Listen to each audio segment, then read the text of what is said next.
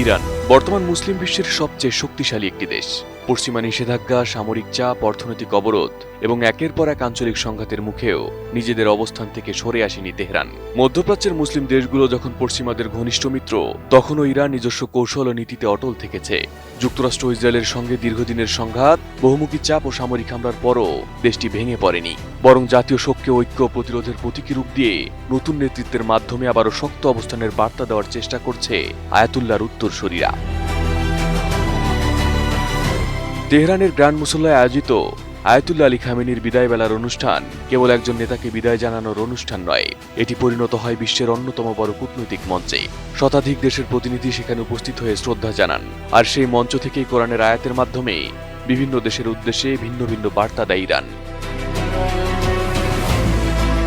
৩ জুলাই প্রতিনিধি দলগুলো একে একে গ্র্যান্ড মুসল্লায় প্রবেশ করে। খামেনির কফিনের সামনে দাঁড়িয়ে তারা যখন শেষ শ্রদ্ধা জানাচ্ছিলেন, তখন প্রতিটি দেশের জন্য আলাদাভাবে কোরআনের নির্দিষ্ট আয়াত তিলাওয়াত করেন ইরানি কারীরা, যেখানে প্রতিটি আয়াতই ছিল এক একটি কূটনৈতিক বার্তা। নতুন বাংলাদেশ গড়তে এলো জুলফিকার স্টিল। জুলফিকার স্টিল।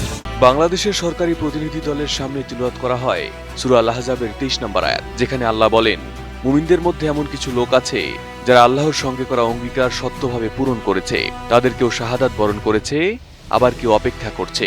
বিশ্লেষকদের মতে এই আয়াতের মাধ্যমে খামেনিকে অঙ্গীকার পূরণকারী নেতা হিসেবে তুলে ধরার পাশাপাশি প্রতিরোধের আদর্শ অবিচল থাকার বার্তা দেওয়া হয়েছে। বাংলাদেশের বিরোধী দলের সামনে পাঠ করা হয় সূরা আল ইমরানের ১৬৯ নম্বর আয়াত, যার অর্থ, আর যারা আল্লাহর পথে নিহত হয়েছে তাদের কখনো মৃত মনে করো না, বরং তারা তাদের রবের কাছে জীবিত এবং তারা রিজিক প্রাপ্ত।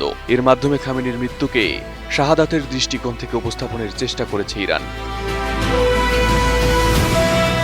পাকিস্তানের প্রতিনিধি দলের সামনে তিলাওয়াত করা হয় সূরা আল ইসরার ৮০ নম্বর আয়াত, যার অর্থ, হে আমার রব, আমাকে সত্যতার সঙ্গে প্রবেশ করান এবং সত্যতার সঙ্গে বের করুন, আর আপনার পক্ষ থেকে আমাকে দান করুন সহায়ক ক্ষমতা। পর্যবেক্ষকদের মতে এটি ছিল ইসলামাবাদের সঙ্গে সহযোগিতা ও আস্থার প্রতীকী বার্তা। অন্যদিকে আফগানিস্তানের তালেবান সরকারের প্রতিনিধিদের সামনে পাঠ করা হয় সূরা আল ফাতের ১ ও ২ নম্বর আয়াত, যেখানে আল্লাহ বলেন, নিশ্চয়ই আমি আপনাকে দিয়েছি এক সুস্পষ্ট বিজয়। বিশ্লেষকদের মতে এর মাধ্যমে যুক্তরাষ্ট্রের বিরুদ্ধে তালিবানদের জয় বুঝিয়েছে ইরান। তবে সবচেয়ে বেশি আলোচনায় আসে সৌদি আরবের প্রতিনিধি দলের সামনে তিলাওয়াত করা সূরা আল ইমরানের ১৩ নম্বর আয়াত, যেখানে বদরের যুদ্ধের প্রসঙ্গে আল্লাহ বলেন, একদল আল্লাহর পথে যুদ্ধ করেছিল এবং অপর দল ছিল কাফির। এই আয়াতের মাধ্যমে সৌদি আরবকে কঠোর বার্তা দেয় ইরান। বিশ্লেষকদের মতে এই আয়াতের মাধ্যমে বোঝানো হয়েছে, ইরান যখন ইসরায়েল ও যুক্তরাষ্ট্রের সাথে যুদ্ধ করছিল, তখন মুসলিম দেশ হিসেবে ইরানের পাশে না থেকে সৌদির অবস্থান ছিল যুক্তরাষ্ট্রের সাথেই।